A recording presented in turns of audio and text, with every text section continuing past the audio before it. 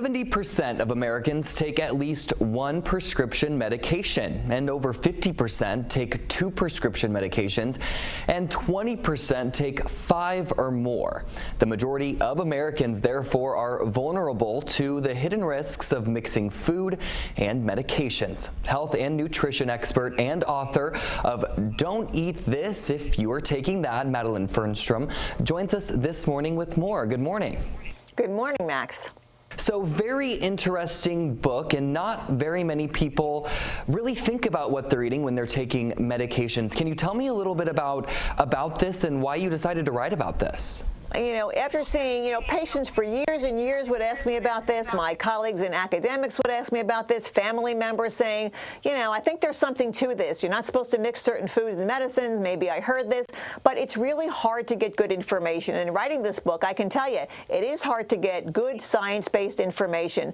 But eating is one of the things that you can control, and it's hard enough to take medication every day, let alone figuring, I want it to work as my doctor intended. So what you choose to eat or avoid can really influence this. So the bottom line is be empowered as a consumer, know the pills you're taking, and know which foods you need to avoid, because there are hidden risks that actually can be quite dangerous. So I read this certain part about blood thinners. There's lots of different medication that are on blood thinners, and there was a part that said to not eat dark green vegetables. Why is that?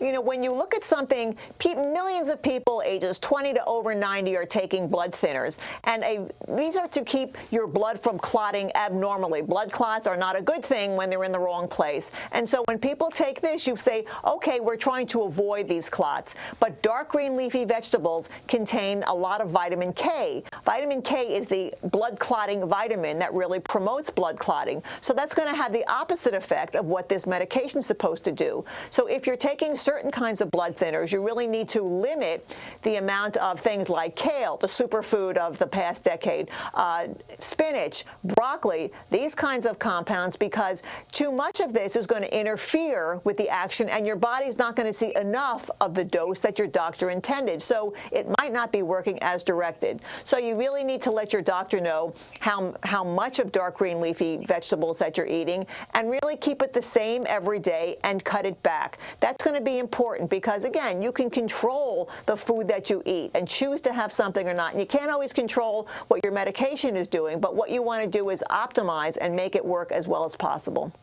Very interesting. Lots of different guides in the book. I noticed that you covered all sorts of things from like thyroids to antidepressants, which are also another really big prescription, I would say, across America. So with antidepressants, what are some big things that people can cut out of their diet?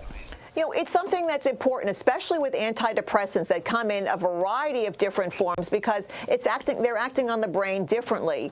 One big thing has to do with food, and that is red wine. You think red wine, good for your heart. What could be the problem? But if you are taking a certain kind of antidepressant called an MAOI, a monoamine oxidase inhibitor, and millions of people take this, if you're on it, you cannot combine this with red wine. Red wine contains a compound, it's called tyramine, that can cause a dangerously high increase in your blood pressure when you take this kind of antidepressant. And it's also found in certain foods like Parmesan cheese, hard cheese, that also contains this. So if you take an MAOI antidepressant, you need to avoid red wine and hard cheese. And this is not just foods, it's also dietary supplements. It sounds like the diet, what could be bad? But something like St. John's wort that comes from a plant, must be good for you. But St. John's wort can imitate the same action of many other antidepressants. So if you're taking anything for mood, an antidepressant of any type, you want to avoid a dietary supplement like St. John's wort, and a bunch of other ones too. So it's something that what you don't know really can harm your health if you don't make sure. Especially with supplements, you think, what's the worst that can happen? It just won't do anything. But these can be very active because they're very concentrated, and especially confusing are things that are foods put into supplements like garlic and onions. Garlic chopped up and put into your favorite foods is going to be a great thing, and it's health promoting and tasty. But when it's concentrated and put into a capsule, more is not always good because these can actually have blood thinning effects as well and block normal clotting mechanisms. So be careful when you see supplements that are concentrates of food. Stick with food and limit your supplements. Okay, very good tips. And that, along with many others, you can find in the book, Don't Eat This, if you are taking that. And where can we find this book?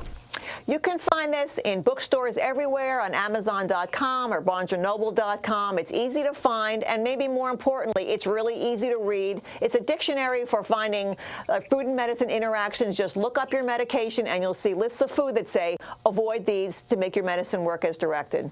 It absolutely is. Dr. Madeline Fernstrom, thank you so much for coming on this morning. Thanks, Max.